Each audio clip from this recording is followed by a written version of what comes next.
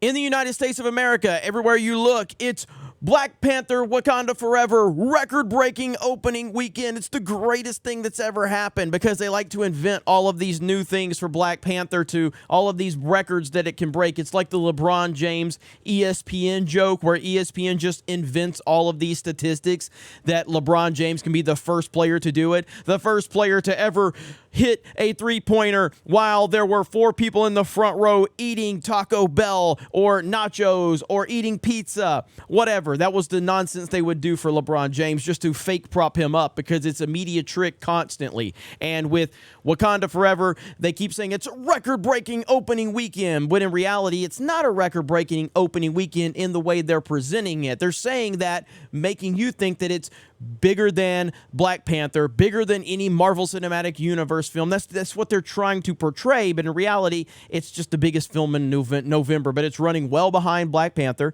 It's running behind Doctor Strange 2, which was recently released, and it's barely ahead of Thor Love and Thunder, and none of those films hit their full expectations. But they don't want to present it in that fashion because we have to protect Wakanda Forever. We have to protect it. We have to send the virtue signaling out there, and if anyone criticizes this, they're a racist or a sexist. So if they want to hype that type of stuff up, let's hype up the Japan box office for destroying Black Panther Wakanda Forever. Now, we have an anime channel here at Geeks and Gamers. Ivan Ortega does a fantastic job over there. It's Weebs and Waifus. If you have not subscribed, I recommend that you do that. They have a lot of fantastic coverage over there. Looks like they're live right now, so go subscribe to that channel. So I am not an anime expert by any stretch of the imagination, but I have recently been watching anime, and it's because so many films in America and so many properties have been completely ruined by identity politics, and we're sick and tired of it. All we want is good storytelling. That's it. Good storytelling with good characters. Now, after I heard this news, I went ahead and I looked up the trailer for, I believe it's Suzume, and it looks really good. It looks really good.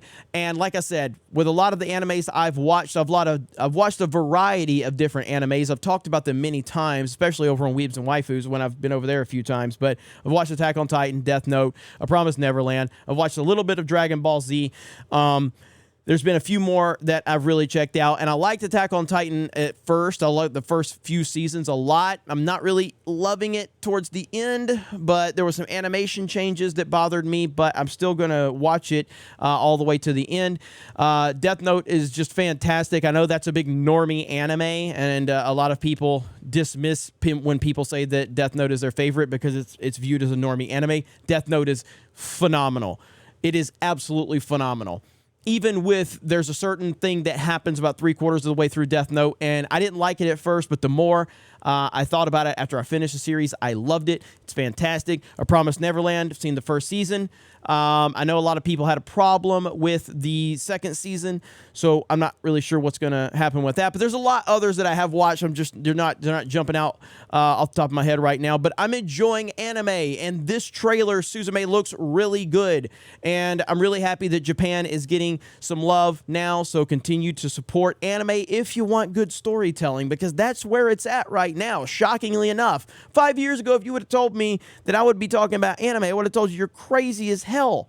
And yet here we are. That's because Star Wars has been ruined. That's because Marvel has been ruined. That's because all of our favorite properties are being impacted by all of this nonsense, and all people want is good storytelling. That's why manga is dominating. That's why manga is dominating the comic book industry for that very reason. Now, how bad was Black Panther defeated? Now, again, let's just be clear, okay? It's not like a lot of people were expecting Wakanda Forever to light up the box office in Japan. But the Suzume trailer earned $13.5 million in just 3 days since November 11th, opening at the Japanese box office. A personal best for the proven hitmaker, Shinkai Makoto. Meanwhile, Black Panther Wakanda Forever, which also bowed on November 11th, took second place with $3.5 million. So there you go right there. But I just wanted to highlight this because, hey, all the shill media is just out there. Record-breaking opening weekend for Black Panther. It's the greatest movement of all time. And if you criticize it, you're a racist and a sexist. And I say anime is awesome. And it's really cool that more people are getting into it, and it's a huge, it's crazy how big anime is. It's insane. Whenever we're on a live stream, we bring up an anime, it's like the chat just goes crazy. It's like it goes as crazy as it does whenever you bring up old school wrestling. You bring up old school wrestling during a live stream, chat just lights up. You bring up anime, chat lights up. And that's why we're going to do a professional wrestling video on this channel, a big live stream arguing over who the GOAT of wrestling is, and there's only like 2 answers, okay? 2 answers. And it's Stone Cold or it's Ric Flair. End of discussion. I already win. I don't know why we're going to have this debate, but I guess we're going to do that. But if you want more anime, please go to Weebs and Waifus.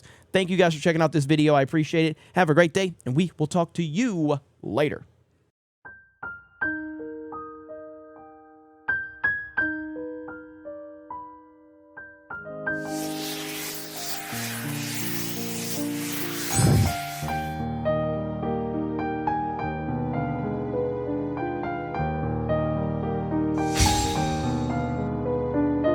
Now kiss.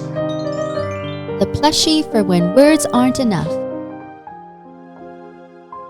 This plushie does not provide comfort. Any comfort felt is purely coincidental. Plushies are not magic. Plushies cannot replace words. Go touch grass.